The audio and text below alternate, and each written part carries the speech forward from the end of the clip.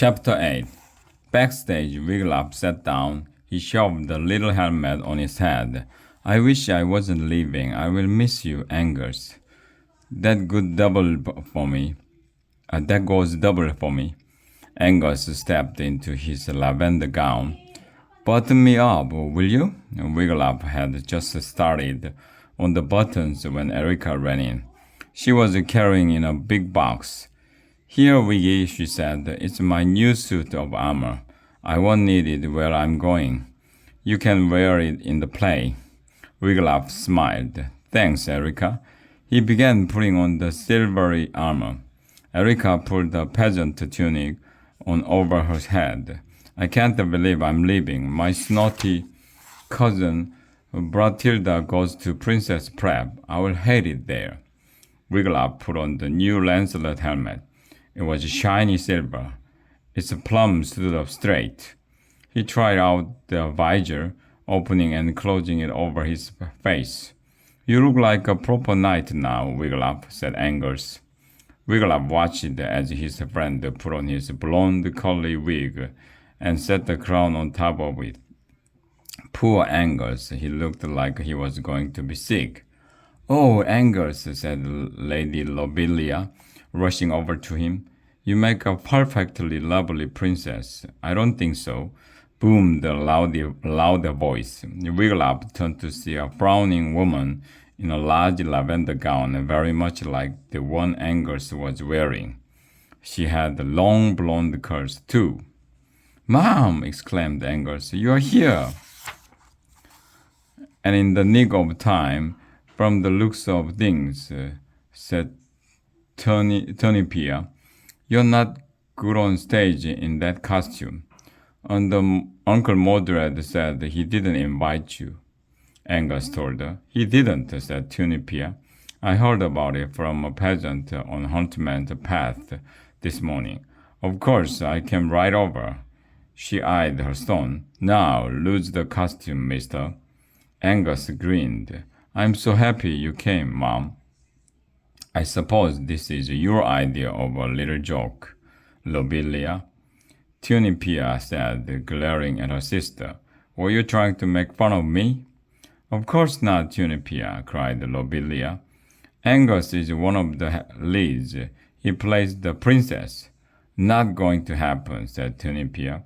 Erica sprang up and unbuttoned Angus's buttons. He slipped out of the gown. Tunipia, you will ruin my play. You always ruin everything for me, Lobelia sobbed.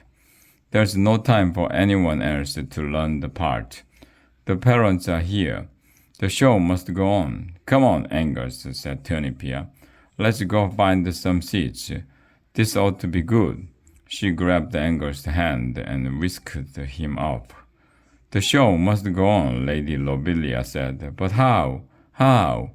Wiglaf nudged Erica. You could do it, he said. You know everybody's part.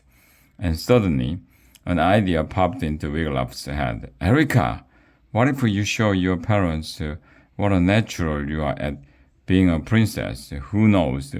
Maybe they will decide that you don't have to go to Princess Prem after all. A smile crept onto Erica's face. It could work, she said. She jumped up and ran to Lobelia.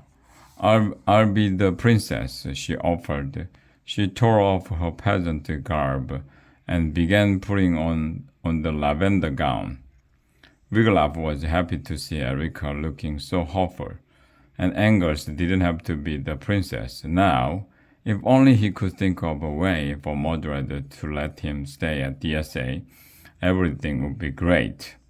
On the other side of the curtain, Wiglaf could hear the parents taking their seats. All at once, it hit him. Wiglaf was going to be out on stage in front of hundreds of people. His heart began to thump as Lobelia stepped out in front of the curtain to greet the audience. It is my great pleasure to present my play, The Tale of Teeny Sir Tiny Bottom, written and directed by yours truly. The curtain went up and Sir Tiny Bottom rode his broomstick horse out onto the stage. Right behind him came his loyal men, galloping on their broomstick horses. The peasants began to sing. With the hey nani nani, diddle diddle he didoo.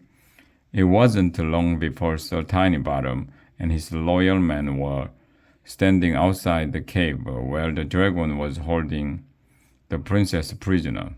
Wiglaf began to sing, "So Tiny Bottom is my name, and dragon slaying is my game.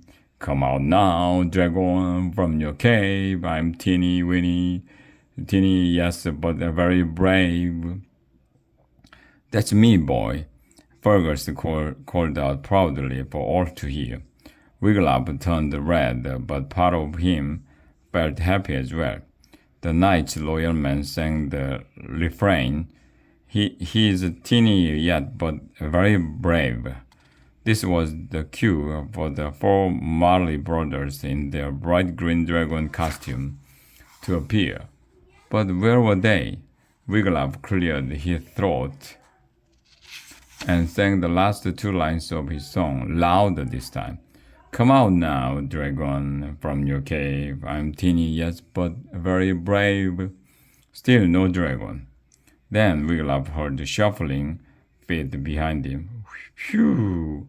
The Marley brothers were coming at last. Wiglaf drew his sword. There was a sudden yelp from the crowd. Someone gasped, "Is that thing real?" That's when the visor of Wiglaf's helmet clanked down over his face. He heard the boys shouting, "Help! Run!" It sounded like his loyal men. Were they running off stage? This wasn't in the script.